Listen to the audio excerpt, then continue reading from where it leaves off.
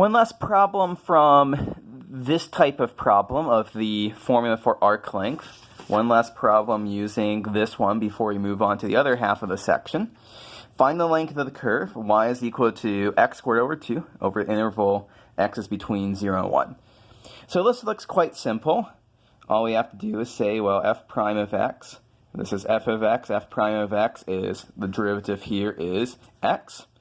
So we are integrating 0 to 1, square root of 1 plus the derivative squared, x squared dx. So this problem, the trickiness here, the reason I'm saving it for last, isn't so much in the setup. I mean, we're done with the setup. It's that the integration is going to be tricky. And so here, we're actually going to do the integration with a trigonometric substitution. So we see a square root of 1 plus x squared. So that suggests that's looking like the tangent substitutions. So let's try x is equal to tangent theta. So in that case, dx is equal to secant squared theta d theta. And this will replace that with secant theta. That's how our substitution works. Okay, so let's do this. What do we end up with? The integral of secant theta times secant squared theta d theta. We should change our bounds here. So x is equal to 0. When x is equal to 0, so that we want 0 to be equal to tangent theta. And tangent theta is 0 when theta is 0. So our lower bound is 0. When x is equal to 1, 1 is equal to tangent theta. When is tangent theta equal to 1? That's at pi over 4, because both cosine of pi over 4 and sine of pi over 4 are 1 there. Okay, so what is the integral we are having to do here? The integral is 0 to pi over 4 of secant cubed theta d theta.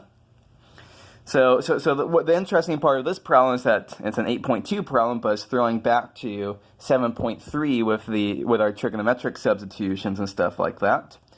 And to the integral of secant cubed theta, that certainly is one that we spent a lot of time on. So you want to go back and take a look at your notes on how to integrate secant cubed theta d theta. So I'm just going to, because we spent so much time on that earlier, just jump to writing down the answer.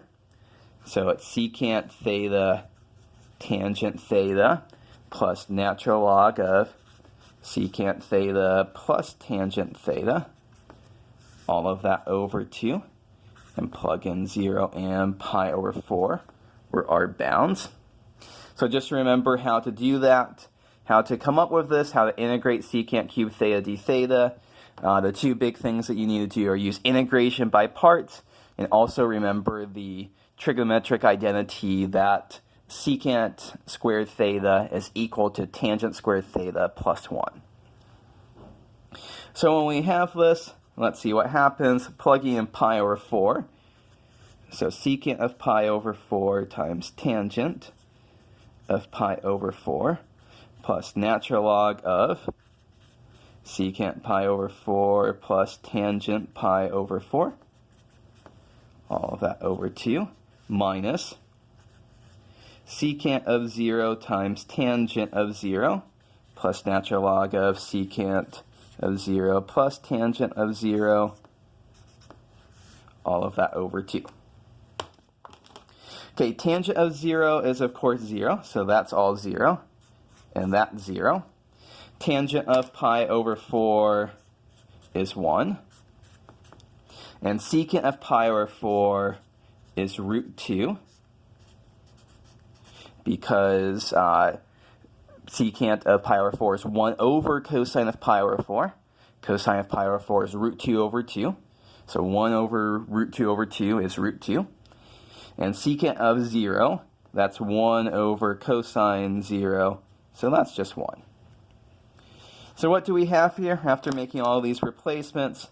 So root 2 times 1 plus natural log of root 2 plus 1 all over 2 minus 0 plus natural log of 1 plus 0 over 2. And of course, natural log of 1, that is 0. So our final answer is just root 2 plus natural log of root 2 plus 1. That's going to be positive, so we don't need the absolute value bars. All of that over 2.